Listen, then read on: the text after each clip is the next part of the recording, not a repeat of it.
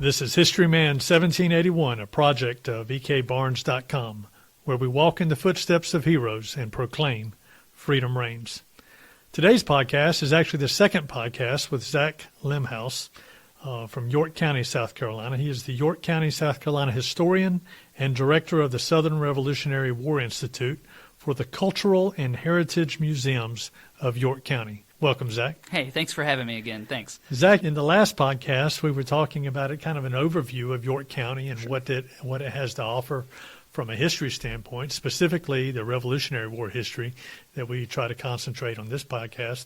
And what we found was that it is a treasure trove of historical events, historical people, patriots in their own right. We see the militia, citizen soldiers, forging out a new nation here in the backcountry of South Carolina. And I was on the edge of my seat listening to you, and I'm sure the listeners will be as we delve into our next episode, which is going to be the Battle of Williamson's Plantation, otherwise known as Huck's Defeat. So welcome. Absolutely. Well, thank you so much. Battle of Huck's Defeat is a very special place in my heart because, as we mentioned in the previous episode and as you mentioned in my introduction, I am the historian for the Culture and Heritage Museums of York County. And those who are not familiar, well, we are a family of museums. Four. One in Rock Hill, we have the Main Street Children's Museum. In Rock Hill, we have the Natural History Museum. We have the McKelvey Center campus, where we are recording right now, which houses the Southern Revolutionary War Institute. But we also have Historic Brattonsville. And if you've never visited Historic Brattonsville, I will encourage your listeners to do so, because it is the site of the Battle of Williamson's Plantation. We actually own that property, and there is a battlefield trail we have found with archaeological research and primary historic documents, a lot of which, like I said earlier, was compiled by my predecessor, Michael Scoggins. They were able to narrow down the actual site of this battle, and visitors to Brattonsville can go tour it. So I would definitely encourage your listeners to come out and take a look. It is a fantastic site, and it's a site that has been kind of brought up from ruins. Absolutely. Out of the ashes of ruins. I'm excited to hear hear the history of Huck's Defeat and what we found. Absolutely. So for the listeners that don't know, the Battle of Huck's Defeat occurred in the early morning hours of July 12th, 1780, when a detachment of Patriot militia from General Thomas Sumter's brigade, under the command of Colonels William Bratton, Edward Lacey, Andrew Neal, and John McClure, engaged with a combined British force of Loyalist militia, New York volunteers, and British Legion Green Dragoons under the command of Captain Christian Huck. This is a turning point in the American Revolution in South Carolina's backcountry, because it marks the first time in South Carolina's history when a group made up of exclusively Patriot militia is able to overcome a force of predominantly British provincial soldiers. This Patriot victory at Huck's Defeat also provides a morale boost for the backcountry patriots. I'll give you an example. As a result, local partisan bands, the ranks started to swell. Prior to this engagement, Thomas Sumter had approximately 300 men, and after this engagement, he has approximately 600 men. So his size doubles as a result of this Patriot morale boost that will occur after the Patriot victory at the Battle of Williamson's Plantation. Well, so right prior to this battle, we had several things going on in South Carolina. Sure. Charleston fell. Sure, in May 12th, 1780. They chased Beaufort all the way up to the Waxhaws. Yeah. They backtracked to Camden and started fortifying Camden. When I say they, talking about the British. Sure. And then all the Loyalists started coming and rallying together. We had Beckham's Fields, where the Loyalists were coming together and having a big meeting, and then we had the Patriot militia come and disperse them there. Mm-hmm. We had the Loyalists coming together at Mobley's Meeting House in Fairfield County. Mm-hmm. And William Bratton was involved in that one.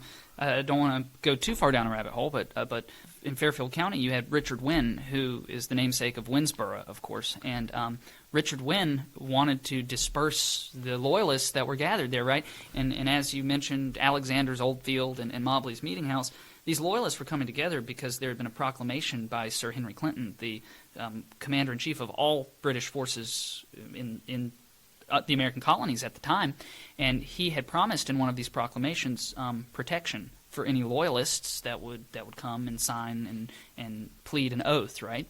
So we do see loyalists in the area coming out of the woodwork, so to speak, and coming together to get this protection that's been promised. And we see that at Alexander's Oldfield, where, you're right, patriots under the command of John McClure attack this group and disperse them, right? And I think that was June 6th, 1780. And then on June 8th, 1780, the same thing occurs in Fairfield, but Richard Wynne is unable to recruit patriots in his area of Fairfield to disperse these loyalists, so he reaches out to York County. He reaches out to Colonel William Bratton and John McClure again, and they raise a group of soldiers, and they go out and they do the same thing at Alexander's Oldfield. So, I'm sorry, at Mobley's Meeting House. And as a result of these two Patriot victories, and we should note that Alexander's Oldfield on June 6th is the very first Patriot victory after the fall of Charleston. There hadn't been a Patriot victory yet. And then Mobley's Meeting House, 2 days later, is another Patriot victory. And as a result, it enrages the British in the area, especially the ones at Rocky Mount. George Turnbull is the British officer in charge at Rocky Mount, and he dispatches a group of British to burn down Hill's Ironworks, which are in York County as well. Now, was that Christian Huck that he sent? That was absolutely Christian Huck that he sent. What's the background on Christian Huck? Wasn't he called the swearing captain? Yeah, so Christian Huck is an interesting character. Christian Huck was born in Germany around 1748. There's a record of a Christian Huck who arrives in Philadelphia in 1772, so we can assume that is our Christian Huck, quote, our Christian Huck. He was in Philadelphia. He worked as a lawyer, and he dabbled in real estate for a while. And when the Revolutionary War erupted, Huck was a staunch loyalist, of course. He came down on the side of the loyalists. This was not an issue at first, but on May 13th, 1778, Huck's name appeared in a local newspaper called the Pennsylvania Packet, and his name was on a list of loyalists that were being accused of treason, right? Or, quote, that they had, quote, attained of high treason. And Huck was branded as a traitor from that moment forward, and he was stripped of all his property. So it's not surprising that once this occurred, that he's going to get out of town, so to speak. So he flees Philadelphia, he joins the British Army, and on June 7th, 1778, he receives a captain's commission in a company called Emmerich's Chausseurs, or chasseur, I guess is a more accurate pronunciation. A chasseur is a French word for hunter, and so a chasseur, when we're referring to military units, it's a designation given to units of light infantry or cavalry, and this particular unit of chasseurs was commanded by a guy named Andreas Emmerich, who was also German. So both Huck and Emmerich were German. I'm sure they bonded over that shared heritage, right? And Huck was a member of Emmerich's chasseurs until it was disbanded by Sir Henry Clinton, who, like we mentioned earlier, was the commander-in-chief of all British forces in North America at the time, and he disbanded the chasseurs in 1779. And Huck was reassigned to command a company of dragoons. And, of course, the dragoons were under the command of Banastre Tarleton. So Huck was under the command of Banastre Tarleton, and Huck was present at Buford's massacre that you alluded to earlier. So Huck was there for that engagement. He was sent then to attack Hill's Ironworks, which was the only ironworks south of Virginia at the time that was producing any kind of munitions for the Patriot cause. So you could imagine it made it a prime target for the British. Plus, the act of burning the ironworks was in part retaliation as well for the Patriot victories that occurred at Alexander's Oldfield and Mobley's Meeting House that we just discussed. From a backcountry standpoint, they didn't just produce munitions, though. Also, they not produce plows and and all the other farm implements, tools, kitchen utensils. Absolutely. If it weren't for the metal plows, they would have to use wooden plows. Correct. Absolutely. So there was some domestic uses for what Hill was doing as well. Absolutely. So when it affected the farmers and the domestic life of those around here when they burned those works. Absolutely. And we see the Battle of Williamson's Plantation. I mean, William Hill is present at the Battle of Williamson's Plantation. So you can imagine that, to a certain degree, at least from Hill's standpoint, and I would imagine a number of the other patriots involved at the Battle of Huck's Defeat, that this was in part a retaliation for the burning of Hill's ironworks, as well as other offenses. You mentioned that Huck was known as the swearing captain. He absolutely was. He tended to take the Lord's name in vain quite a bit, which, of course, you can imagine flew all over these backcountry staunch Covenanters, Presbyterians. Absolutely. They didn't care too much for his language when it came to taking the Lord's name in vain. And Huck engaged in tactics very similar to Tarleton or Ferguson. These tactics that were designed, at least as far as British military strategists thought, designed to beat and scare the Patriots into submission and make them good little loyalists again, right? But in reality, this military strategy backfired, and instead of beating them into submission, it enraged them into action, right? So Huck had engaged in some of those brutal tactics as well, which we'll get into when we start talking about the battle itself, or the days prior to the battle itself. So the days prior to the battle, we're talking about Hill's ironworks being burnt down. Hill's ironworks being burnt down, but of course you have the day immediately prior to the battle. So, like I mentioned earlier, George Turnbull, he's in command of Rocky Mount, which is a British fortification in the backcountry. And after the fall of Charleston, the British, of course, established these outposts, these strongholds. You have Rocky Mount, you have Hanging Rock, you have Camden, of course. You have one in 96, which flip-flopped back and forth. 96 had been contested since the very beginning of the American Revolution. So you have these strongholds, and Huck had been stationed at Rocky Mount with George Turnbull. And it is from Rocky Mount where Turnbull dispatched Huck to burn down and destroy Hill's ironworks.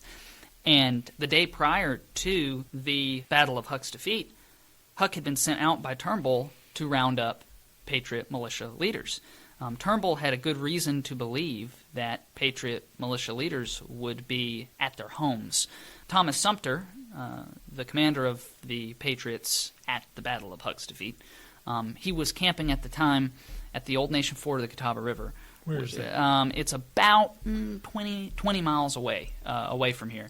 There's actually a marker. North, south, east, west? Yeah, so there is. It's in Rock Hill, actually. So there's a historic marker that has been put up there. If you're familiar with the Riverwalk area, so it's at Highway 21 where Catawba River runs under Highway 21. Absolutely, that's approximately the location, and that's where we have erected a historic marker that commemorates the crossing. And so Sumter was encamped in approximately that location, which is about 20 miles away from Brattonsville, right, from Williamson's plantation. And Sumter had sent a lot of his men back home because it was the time of the year to reap the wheat, to bring in the wheat. And he had sent his men home. It's important to keep in mind that these partisan militias, it was completely voluntary. So if you wanted a horse to ride, you brought your horse from home. If you wanted a weapon to shoot, you brought your weapons from home. So the officers and soldiers could come and go as they pleased, for the most part. And Sumter had said, hey, you guys go home, help your families bring in the wheat, and then you can come back to camp once that's completed. And Turnbull at Rocky Mount knew that Sumter had made this decree. It had come to him that Sumter had issued this order to go home, and he figured this would be an excellent time to send Huck through the back country of South Carolina, rounding up as many of these Patriot leaders as possible when they returned home to bring in the wheat harvest. Huh. So we see Huck and his men arrive at Bratton's home the day before the battle on July 11th, 1780. And a lot of what we know about Huck's arrival at Bratton's plantation comes from Bratton's eldest son, William Jr. William Jr. was 7 years old at the time, and William Jr. remembers these officers, these soldiers coming to his home. Initially, he remembers the New York Volunteers, so it's important to remember that Huck was in command of a combined British force. It wasn't just provincials. He had British Legion Dragoons under his command, so Sure. they were professional soldiers. They had the New York Volunteers. They were professional soldiers. But then he also had 2 different regiments of Loyalist militia with him as well. And William's eldest son, William Jr., remembers the New York Volunteers. Huck must have arrived later, but he remembers the red-coated New York Volunteers coming first.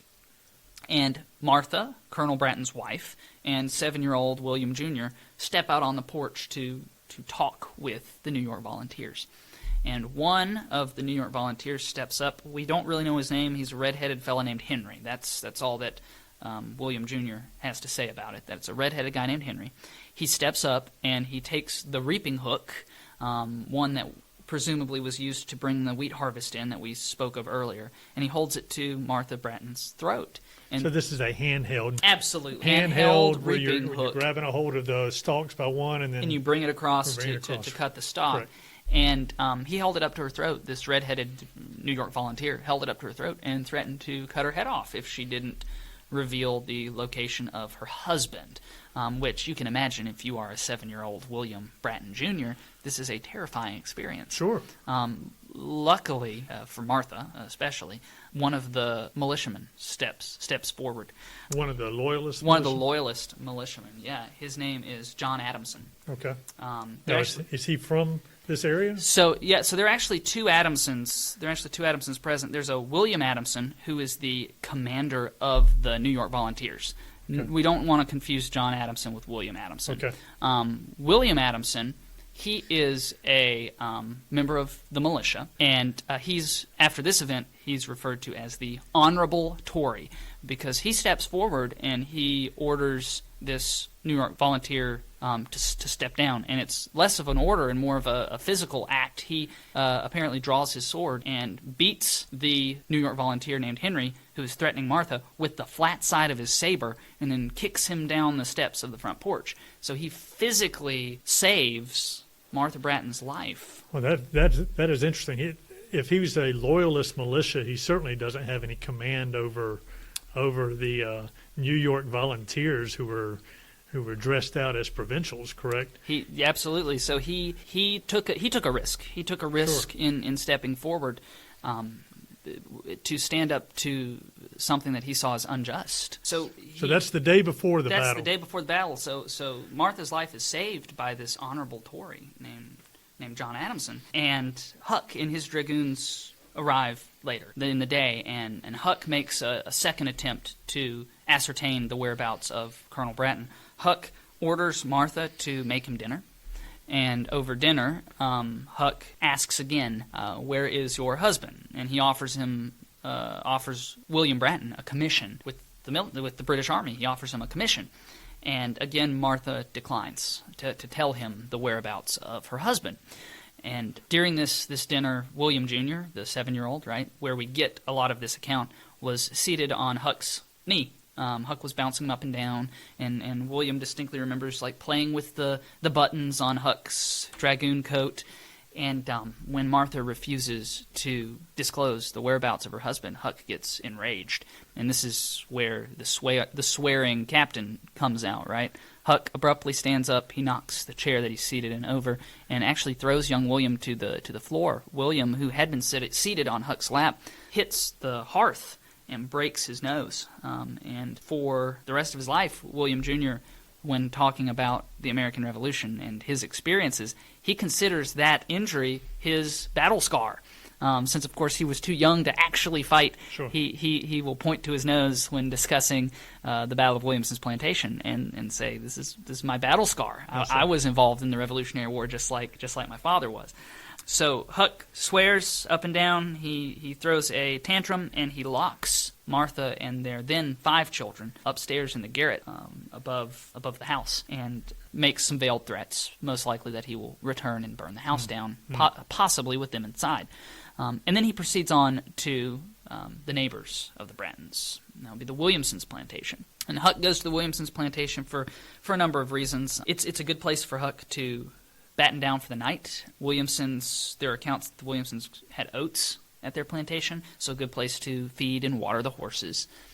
So Huck is going to spend the night inside the Williamsons' home. The provincial soldiers, like the other dragoons and the New York Volunteers, they will be immediately outside of the Williamsons' home. And then you'll have the Loyalist militia that will be encamped further on the Williamsons' property. Sure. So are they building fires and that sort of thing? Absolutely. And using the fences to build those fires? Absolutely. They're building their fires, and they're getting things ready for the night. And Sure. and they will spend the night there at Williamson's plantation. This is the night of July 11th. Now, William Bratton knew approximately where Huck was. News of Huck's location had been told to him. So there's a couple stories here. There is a family story, which I quite like, though it can't be necessarily corroborated with primary source documentation. But the family legend, the lore that I like, is that he was informed by an African-American slave of the family whose name was Watt. Now, the legend goes that Watt was sent by Martha prior to the arrival of the British forces at her home, that she had been warned that the British were coming by other community members, and that she had dispatched the African-American slave, the Bratton slave named Watt, with a message to her husband, who, like we said earlier, was camping about 20 miles away at the Nation Fort of the Catawba River. So that's one story. I tend to like that story. Like I said, there's really nothing to corroborate it. It is interesting to point out, though, that we have discovered a slave cemetery at Brattonsville, and there was a tombstone there that was erected to Watt by the Bratton family.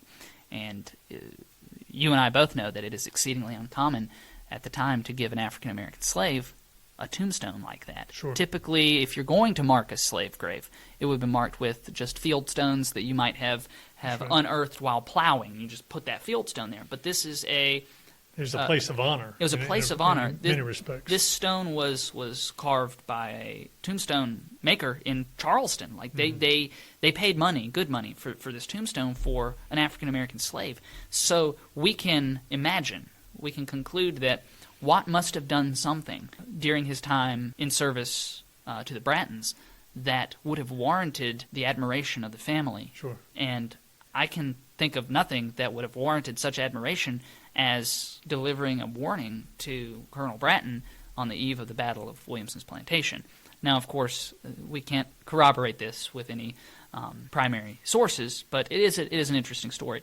There's another story that Bratton was informed, that Sumter's camp was informed by a local family called the Bishops that would have been aware. So regardless, he was informed. Sumter's camp was informed probably the night of July 10th or the morning of July 11th. So there's a good chance that Bratton himself knew, depending on when he got the message, knew of Huck's general whereabouts prior to his wife. Because if you remember, the Reaping Hook incident occurred on July 11th around noon. So Bratton very well may have known, Colonel Bratton very well may have known prior to his wife the whereabouts of Huck. But it wasn't like Huck was riding around surreptitiously through the countryside trying not to be seen. No, it was very obvious. Everybody knew that he was coming, right? So, absolutely. Word gets around, I'm sure. Yeah, it is not a stretch to believe that William Bratton would have been informed by local members of the community who were well aware of what Huck was doing, because he was not just looking for William Bratton, he was looking for other members of Thomas Sumter's brigade, leaders that had been sent home. Right. So his presence was well known. And he was in force too. It wasn't. He didn't just have a couple. Absolutely. He had a bunch of guys with him. He did. But surprisingly enough, it's not as many as one might think. He did have soldiers with him. But we're talking approximately, and I'm going to give you some general numbers, approximately 30 dragoons were with him.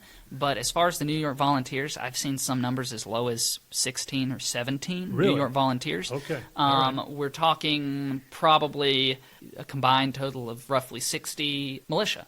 So we're not talking hundreds of soldiers. We're talking a little less than 100 soldiers with him. So yes, he had a force, a sizable force when you're considering that he was out to arrest Patriot leaders. But when you think of what's going to occur on July 12th, his force was not prepared to handle what was coming, if that makes sense. Sure. So Bratton and his men are made aware at Sumter's camp on the Catawba River of the general location of Christian Huck and his men. So they set out. Like I said, it's Bratton, McClure, Lacey, and Neal. And they set out. And Was Richard Wynn with them? Richard Wynn was also with them, Okay, yes. Richard Wynn was present, like we said. William Hill was also present, the gentleman who owned the ironworks that had been burned by Huck. So they head towards Bratton's plantation. They ride through the day and into the night. And William Jr., in his account, remember William Jr. is 7 at the time, he recalls there being an aurora borealis in the sky, which is exceedingly uncommon. And again, we can't corroborate this. This is just his reminiscences. But you can imagine that if indeed this happened, one, it would light the way for these soldiers. But two, they most likely took this as a sign that their mission was somehow blessed, right, by a higher power to see something so uncommon for this area illuminate the sky the day before this major battle, right? So at this point, they split up. It's romantic, even if it's not true. It's very romantic. Like I said, we can't corroborate the aurora borealis, but so much of this story has been told and retold. It's hard to sometimes separate fact from fiction, but the story gets larger in the telling. It sure does. But so apparently there was an aurora borealis. Again, we cannot corroborate that, but that's a fun story. And at this point, they decide to split their forces in two between Bratton and Lacey. So they pretty much evenly divide their forces. Bratton is going to attack from the west, and Lacey is going to attack from the east. And that is not a huge issue for Bratton, because he's pretty much going straight down the lane that connects his home and Williamson's home. That's referred to as Williamson's lane. Lacey, on the other hand, in order to try to get a jump on Huck, he's going to go around through some underbrush, trees, some uneven, rocky terrain, and he's going to arrive to the battle late. Lacey and his men will arrive to the battle much later than Bratton and his men will. So at about 4:53 a.m., William Bratton and his men open fire on...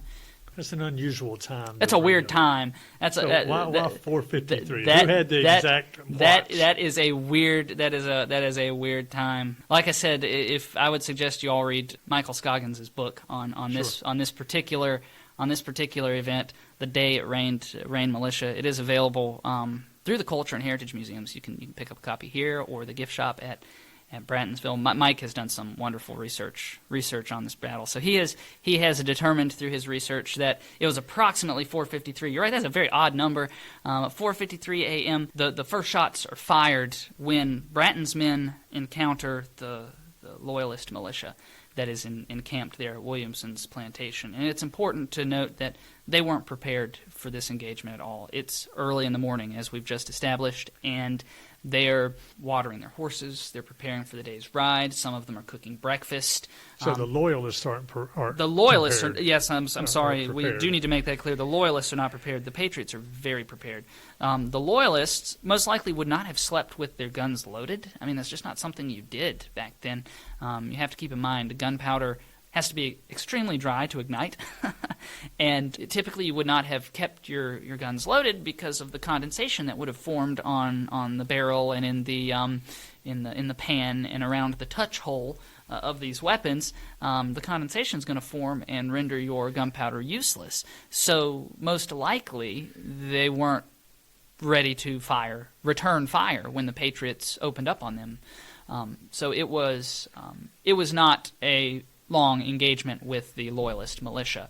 They quickly turn tail and run. It's important to note that John Adamson, the honorable Tory that had saved Martha the previous day, he is a member of this Loyalist militia, and during the battle he actually falls from his horse and he impales himself on a pine stub that is coming up out of the ground, and he is ultimately going to succumb to his wounds. But we'll talk more about John Adamson later on. Once the first shots are fired, of course, it alerts Huck, and it alerts a man that William Bratton had left to stand guard over a sentinel that had been stationed there to make sure that there was no trouble. He stood guard over a sentinel. So let me explain. As Bratton's men were arriving at Williamson's plantation, they approach a sleeping sentinel who had been stationed there by Huck to alert if there was any trouble. And of course, he was not doing his job very well. He was fast asleep. So Bratton ordered one of his men to stay behind, and he said, if he stirs, shoot him. Okay. So, of course, the gunshots ring out, and it alerts the sleeping sentinel. He wakes up, and he's killed because he woke up. He woke up. Huck, of course, is inside the Williamsons' home. As we mentioned earlier, he had, just like he did the previous day where he had ordered Martha to make him dinner, he has ordered the Williamsons to make him breakfast.